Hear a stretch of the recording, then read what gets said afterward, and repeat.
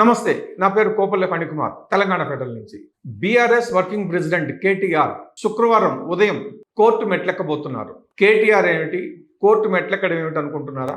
Formula ఈ car race కేసులో భారీ ఎత్తున అవినీతి జరిగిందని కేటీఆర్ ఆ రోజుల్లో మున్సిపల్ శాఖ మంత్రిగా ఉండి, ఐటీ శాఖ మంత్రిగా ఉండి అధికార దుర్వినియోగం పాల్పడ్డారని ప్రభుత్వం పదే పదే ఆరోపణలు చేస్తోంది.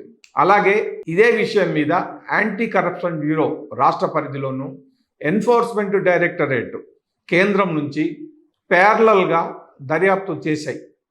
వాటి దర్యాప్తులో అధికార దుర్వినియోగం జరిగిందని, నిధుల దుర్వినియోగము జరిగిందని దాదాపు ఆధారాలు లభించాయి. ఈ ఆధారాలతో ఏసీబీ ఛార్జ్షీట్ను నాంపల్లి కోర్టులో ఫైల్ చేసింది. ఇది జరిగి కూడా చాలా రోజులు అయిపోయింది. ఇన్ని రోజులకు గాను రేపు అంటే శుక్రవారం ఉదయం సుమారుగా 11 గంటల ప్రాంతంలో కేసు నాంపల్లి కోర్టులో విచారణ వస్తోంది. అందులో భాగంగానే నాంపల్లి కోర్టు కేటీఆర్కు నోటీసులు జారీ చేసింది, వ్యక్తిగతంగా హాజరై తన వాదన వినిపించుకోవాలని. అందుకని కేటీఆర్ శుక్రవారం నాంపల్లి కోర్టులో ఇదే కేసు విషయం మీద హాజరవుతున్నారు. దీనికి సంబంధించి కొంత క్లుప్తంగా చెప్పుకుంటే, బీఆర్ఎస్ హయాంలో ఫార్ములా ఈ కేసును, ఈ కార్ రేసును ఇక్కడ హైదరాబాద్లో జరపాలని కేటీఆర్ భావించాడు.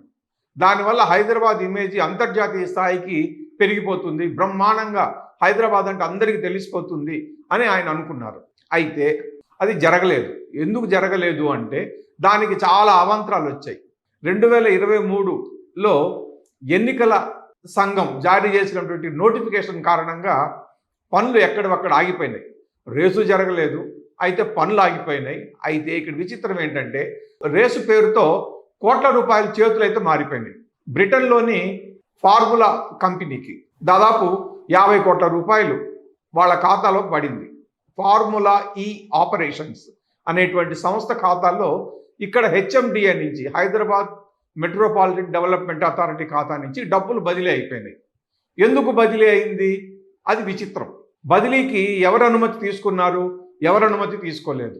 మామూలుగా కోట్ల రూపాయలు బదిలీ చెయ్యాలి అంటే ముందుగా ఫైనాన్స్ డిపార్ట్మెంట్ అనుమతి కావాలి. అంటే ఫైనాన్స్ ప్రిన్సిపల్ సెక్రటరీ లాంటి వాళ్ళ అనుమతులు ఉండాల్సిందే, దానికి రాతమూలకంగా అనుమతులు ఉండాలి. అలాగే క్యాబినెట్లో చర్చ జరగాలి, క్యాబినెట్ ఆమోదం పొందాలి, రిజర్వ్ బ్యాంక్ ఆఫ్ ఇండియా అనుమతి ఉండాలి. ఇన్ని ఉల్లంఘనలు జరిగాయి అనేటువంటిది ఏసీబీ, ఈడీ దర్యాప్తులో నిర్ధారణ అయినాయి.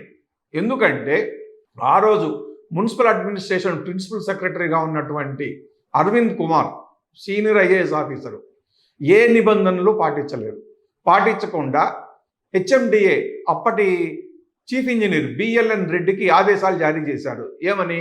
45 కోట్ల రూపాయలు ఫార్ములా ఈ ఆపరేషన్స్ బ్రిటన్ కంపెనీకి చెల్లించమని.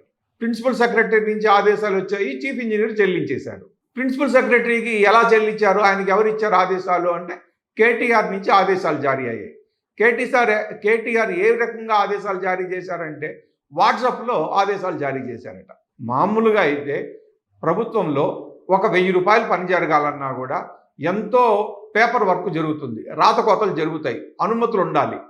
మెట్టుపై మెట్టు నుంచి మెట్టు ఎక్కుతూ మెల్లిగా ఎప్పటికో పుణ్యకాలం గడిచిపోయిన తర్వాత దానికి ఆమోదం పొందుతుంది. మరి అలాంటివి ఏవి జరగకుండా కాగితం మీద, అంటే రాత మూలకంగా ఎక్కడ అనుమతులు ఇవ్వకుండా, ఆదేశాలు జారీ చేయకుండా కోట్ల రూపాయలు ఎట్లా జారీ చేయమని కేటీఆర్ చెబుతారు, ఆ బదిలీ చేయమని అరవింద్ కుమార్ ఎలా ఆదేశాలు ఇచ్చారు? ఇదే ఆశ్చర్యం అందరికీ. అయితే ఇంటర్నల్గా జరిగినటువంటి విచారణలో అప్పట్లో చీఫ్ సెక్రటరీగా ఉన్నటువంటి శాంతి కుమారి డిపార్ట్మెంట్ పరంగా జరిగినటువంటి ఎంక్వైరీలో అరవింద్ కుమార్ కేటీఆర్ నుంచి వాట్సాప్ ద్వారా వచ్చిన మెసేజ్లు, ఆదేశాల ప్రకారమే తాను నడుచుకున్నానని అంగీకరించారు అనేటువంటిది ఒక సమాచారం. సరే, ఇదే విషయాన్ని ఆ తర్వాత ఏసీబీ, ఈడీ ముందు కూడా అరవింద్ కుమార్ అంగీకరించారని తెలిసింది.